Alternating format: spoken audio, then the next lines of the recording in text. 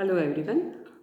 Today we are going to discuss about the topic which is in gynec only, but it is the topic which is ovarian tumor. And the thing is that these tumors which we are going to discuss in today's lecture, those are non-malignant tumors. So they are called as benign ovarian tumors. In previous lectures, we had seen the cancers of genital tract. We had discussed various types of cancers in female genital tract. That was cancer of cervix, endometrium, that is uterus, and ovarian cancer. But today's topic is non-malignant growths. That means those growths which are non-cancerous or non-malignant. Those tumors are called as benign ovarian tumors. And the benign ovarian tumors. Definition of this benign ovarian tumor is ovarian tumors are not a single entity, but this is the complex wide spectrum that involves various types of epithelial tissues and connective tissues of ovary. So ovarian tumor, definition of benign ovarian tumor is the tumors which are not a single entity or which is not a single growth, but it is the complex wide spectrum neoplasm which involves various types of epithelial tissues or connective tissues of ovary. Causes for ovarian tumor, as we know, for ovarian tumor or for abnormal growth of this ovarian tissue, hormonal cause is very important. So basically increased level of hormones, especially estrogen, progesterone, that leads to increased growth of this cyst or tumor. So patient with prolonged history of hormones like estrogen, progesterone may be in the form of oral contraceptive pills or any other hormonal treatment. So patient with history of hormonal treatment or history of contraceptive pills, those patients are more having this ovarian tumors. Next is patient with ovulation induction drugs. Of course, patient of infertility who are getting the treatment for infertility, and those patients have very much exposure for the ovulation induction drugs. So those patients are also having the tendency of benign tumors. Next is family history. Patient with family history from her maternal side especially, those patients are also having this benign tumors. Next is because of the dietetic factors, obesity, excessive stress, anxiety, stressful life and sedentary life. Those patients are may have this tendency. Also patient with early menses, late menopause, patient with recent radiations for any other cancer in body. So these patients are having the more affection for ovarian tumor. So these are the basic causes. Basic causes hormonal treatment, prolonged exposure to hormones. So that is the important cause. Other causes are history, family history, previous history of any cyst or tumor of ovary, and early menopause or early menses, late menopause, family history, and radiation history. These are the causes for ovarian tumor. Now classification of this ovarian tumor. These ovarian tumors, in definition only we had discussed, it is not a single tumor. It is the complex wide spectrum neoplasm that involves various types of ovarian tissues and connective tissues. So depending upon the origin or depending upon the tissue involved, the tumors are classified accordingly. So there is the huge classification of this ovarian tumor, but the important tumors which are commonly seen clinically, those tumors we will see in detail. So WHO, World Health Organization, had given the classification for ovarian tumor depending on its origin or involving tissue, underlying tissue. This classification is given, and so WHO classification for ovarian tumor is A. That classification starts from A category, or first type is common epithelial tumors. So common epithelial tumor, that is called as CET in short. This tumor arises from the epithelial layer of ovary, or it involves the ovarian epithelium. So this CET tumor, which is common tumor for ovarian, benign ovarian tumor.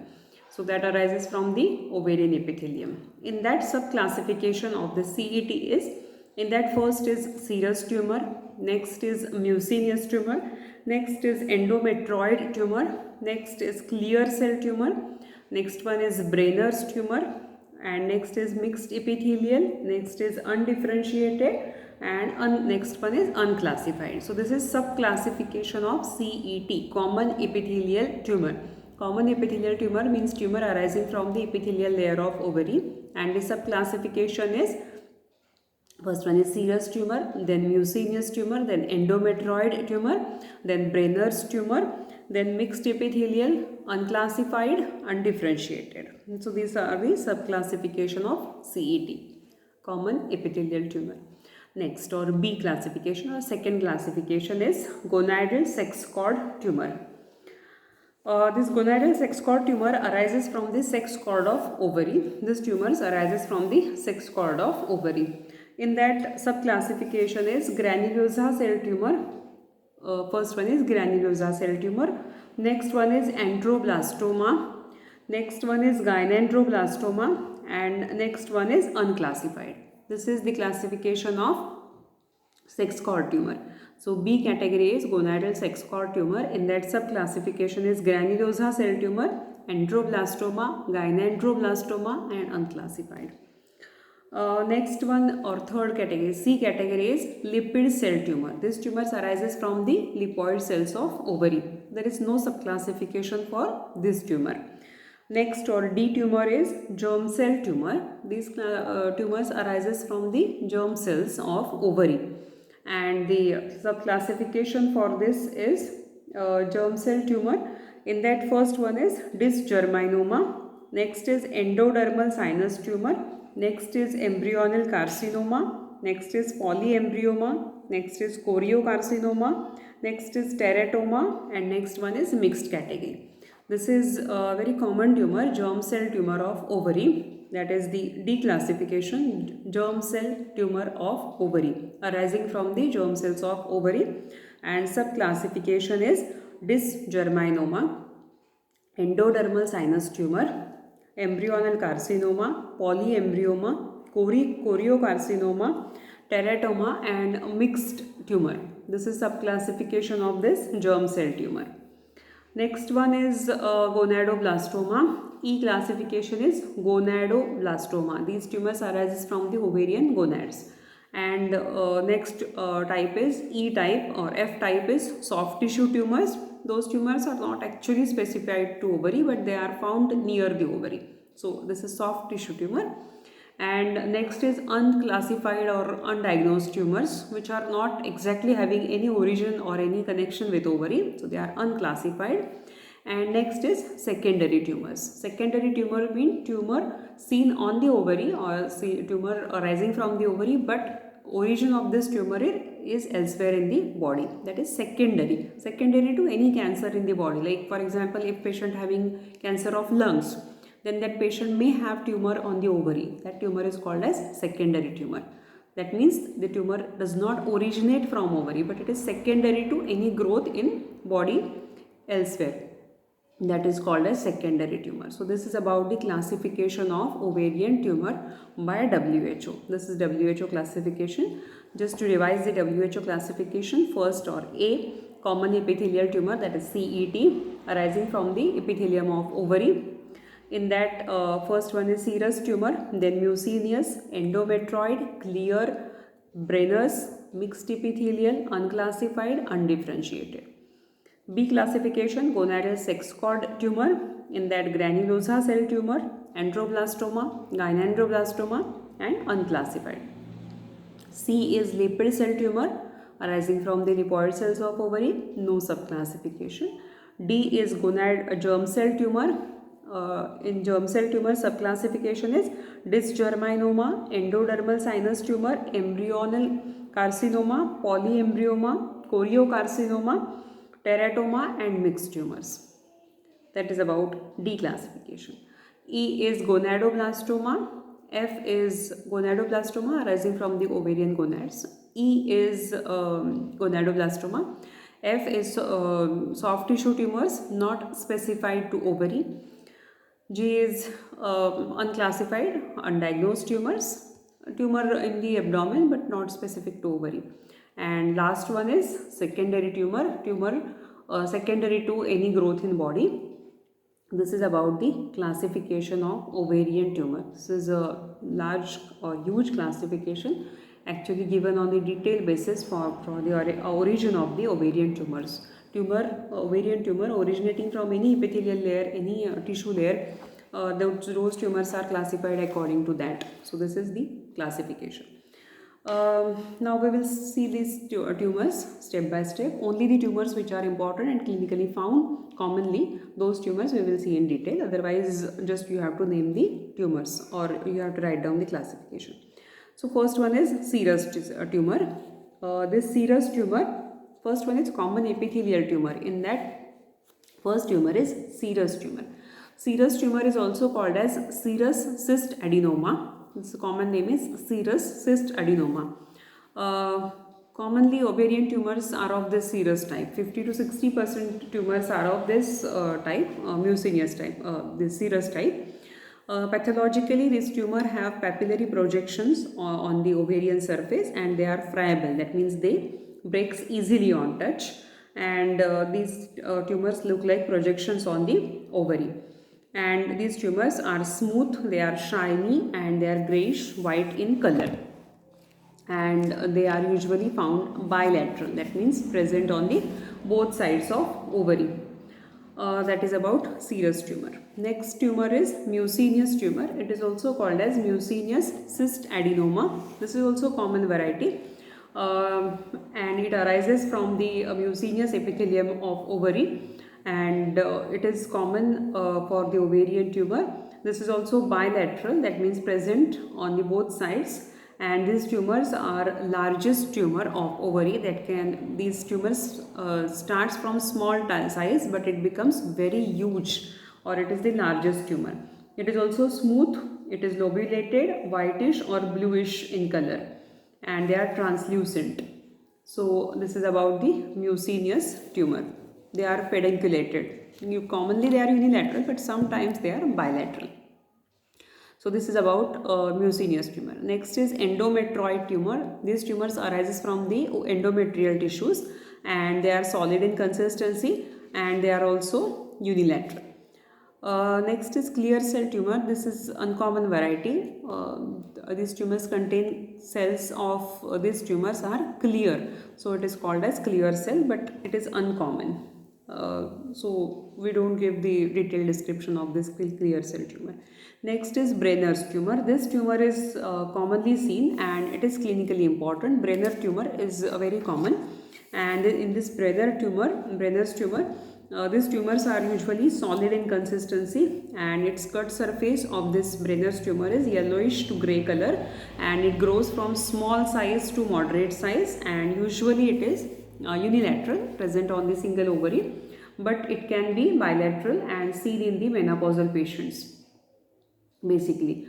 And these tumors can turn to be malignant. If they are undiagnosed, they can turn to be malignant. That means these tumors becomes cancerous like, but usually they are benign. That is about Brenner tumor. They are solid in consistency, and size is small to moderate size. This is commonly seen variety of common epithelial tumor, that is Brenner. Mixed epithelial, undifferentiated and unclassified are not commonly seen, so we don't give detail for that. Next is gonadal sex cord tumor. In that, granulosa cell tumor. Granulosa cell tumor, these tumors arises from the granulosa cells of Graafian follicle, and because of the granulosa cell of Graafian follicle, there is increased level of estrogen in these females. So because of excessive estrogen, there may be menstrual disturbance, excessive menstruation, excessive menstrual bleeding, maybe uterine fibroid or multiple cyst on ovary. So because of estrogen, these changes can occur in her body. If patient is at young age, then she may have precocious puberty. If patient has late or premenopausal age, patient may have menopausal bleeding. So because of excessive estrogen, all the clinical features are seen. And this type of tumor is usually causes the menstrual abnormalities or excessive bleeding during menstruation because of the increased level of estrogen. And why estrogen is increased? Because the cells are of Graafian follicle origin. So they initiate the Graafian follicles, and there is huge production of estrogen hormone. They are usually unilateral, sometimes bilateral. They are soft in consistency. Diameter is about 10 centimeter, yellowish colored, and they are benign in nature. And next one is theca cell tumor. This is the variety which is along with this granulosa cell tumor, but it is rare and seen in the menopausal patient. And usually these tumors, theca cell tumors, are solid in consistency and unilateral, and seen in menopausal patients, so they can lead to menopausal bleeding, PMB, postmenopausal bleeding. Next is androblastoma. Androblastoma is a rare variety where androgen is secreted, or excessive production of androgen hormone, and because of androgen we all know it is a male sex hormone, so because of that patient may have hirsutism, that is male like hair distribution on face, male like clinical features or body structure. These things can be developed. There may be amenorrhea, absence of menstruation, scanty menses. So predominance of male hormone is seen in androblastoma. In gyneandroblastoma, there is again increased level of estrogen hormone. So again, because of estrogen, excessive menstruation or irregular menstruation or menorrhagia, metrorrhagia, all the menstrual bleeding disorders can seen. If seen in menopausal patient, lead to postmenopausal bleeding in young age, precocious puberty. So that is about gyneandroblastoma. So this is the variety which is from the gonadal sex cord tumor. Unclassified tumor, we don't have to specify about that. Lipid cell tumor is the tumor which is from the lipoid cells of ovary, but it is the rare variety, so we don't give the details for lipid cell tumor. Next is germ cell tumor. In germ cell tumor, dysgerminoma. First one is dysgerminoma. This is the common tumor or germ cell tumor. Actually, these tumors arises from the germ cells of ovary, and in that we have the first variety, that is germ cell tumor. In that germ cell tumor, first variety is dysgerminoma, and dysgerminoma is usually seen in young females or in children's, small girls. So in that those patients where there is this type of dysgerminoma or ovarian cyst, this is solid tumor and rubbery consistency, and it is yellowish to grey color, and size is moderate to large size, and it is usually unilateral and may cause genital organ abnormality. There may be development of ascites in young females, and this tumor can become to be malignant. So dysgerminoma, it is a variety which has to be given proper attention.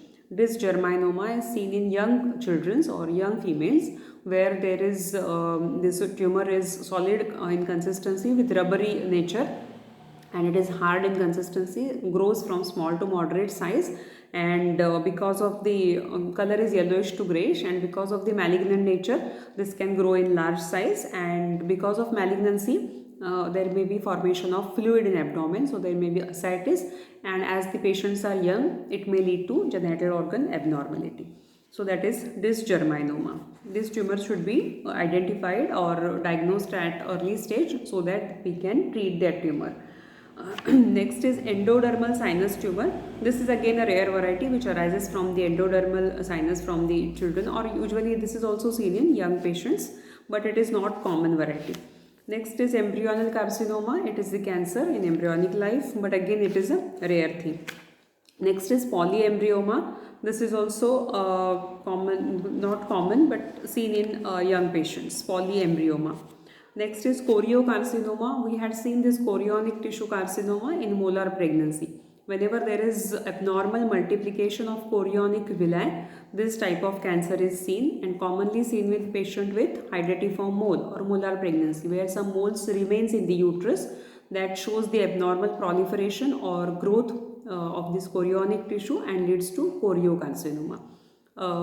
This is commonly associated with molar pregnancy, patient with history of molar pregnancy. In that pregnancy, fetus is replaced with this type of mole, and during the management of this pregnancy we remove all the moles from uterus, but sometimes some mole can remain in the uterine cavity, and that can lead to this type of cancer, that is choriocarcinoma.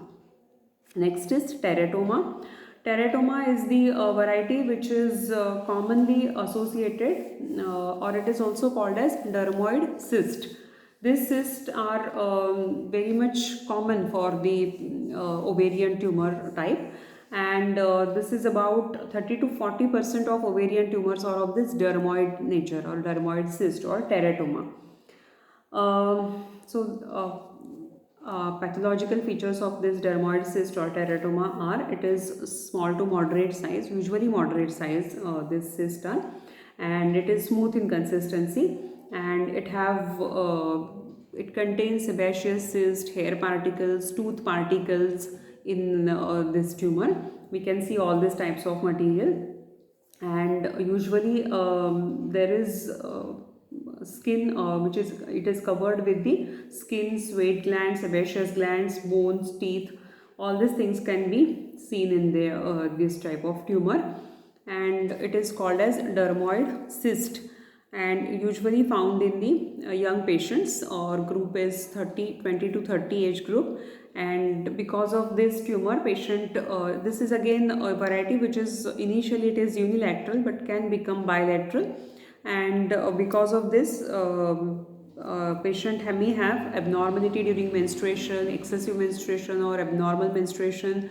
So all these types of abnormalities can be seen with this type of tumor. So it is a different variety, dermoid cyst or teratoma. In that teratoma, dermoid cyst is the subtype, and in dermoid cyst, as it is a dermoid cyst, it contains various types of dermal layer, like epidermal layer, skin particles, tooth particles, bone particles, sebaceous glands, hair can be seen in this type of tumor. Size is moderate size, and this leads to abnormalities of menstruation, and as it is seen in the early phase of development, so it is seen in the small age or age group is 20 to 30. So this is about this dermoid cyst or teratoma. Next one is mixed tumor. It is not specific tumor. Next variety is gonadoblastoma, but it is again a rare thing, so we don't go in detail. Soft tissue tumors not specified to ovary, as those are not specified to ovary, no description is expected. Unclassified tumors are unclassified, those are non-specific to ovary. Secondary tumors of ovary, in that common variety of the secondary tumor is Krukenberg tumor, which is commonly seen, and this Krukenberg tumor is bilateral, it is smooth and it is movable, and it have waxy consistency, wax-like consistency, and it is usually secondary to cancer of stomach, cancer of intestine, cancer of breast. Means patient have cancer of breast, cancer of stomach or cancer of intestine. Those patients have these type of tumors, so they are called as secondary tumor.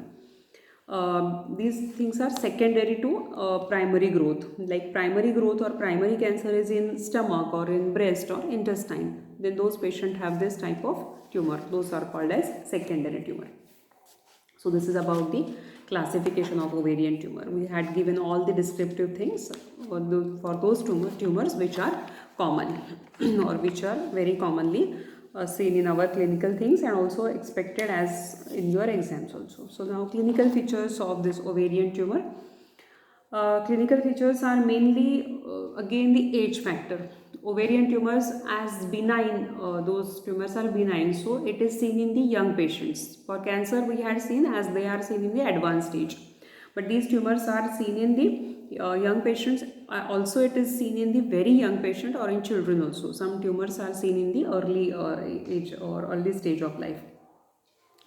Next is these tumors are usually, if they are small in size, the patients are asymptomatic. Patient does not have any complaint. But if tumors are moderate in size, then patient will have lump-like sensation, heaviness in abdomen. Patient may have some abnormal sensation or dullness or fullness of abdomen because of the increased size. Sometimes patient may notice the increased size of abdomen or full sensation in abdomen. So patient will complain according to that. Next is menstrual pattern or menstrual irregularity because of the ovarian tumors which are associated with hormones. So because of increased level of ovarian estrogen and progesterone hormone, all the menstrual abnormalities can be noticed: excessive menstruation, irregular menstruation, absence of menstruation. So all these things can be seen. Precocious puberty, if in menopause, postmenopausal bleeding. So all these things are seen. There may be pressure symptoms. Increased size of tumor may lead to pressure symptoms like increased or frequent urination, edema on legs, breathlessness, complete heaviness sensation, dyspnea and other things. Next is pain. Pain is actually not seen in a majority of patients, but if tumors are large in size, they may cause abdominal pain or discomfort rather. On now signs of this ovarian tumor, general signs are usually normal. Anemia and other things are not so much noticed, so general things are normal. But for abdomen examination, there is swelling of abdomen. Abdominal wall is usually tense, shiny because of the increased growth. Abdominal veins or vessels are prominent because if there is large tumor, the vessels are prominent. Now palpation, during the palpation, tumor is, if it is noticeable or if it is moderate to large size, we can palpate the tumor, and these tumors are usually soft in consistency and they are free to move, or we can move these tumors from side to side. Remember one thing, whenever the growth is moving or it is mobile, that means it is benign. Whenever we can move the growth, that means the growth is benign in nature. Malignant we cannot move, it is always fixed, it is hard and fixed. This benign is always soft and we can move it from side to side. And these tumors are, if we auscultate it, they are usually silent on auscultation.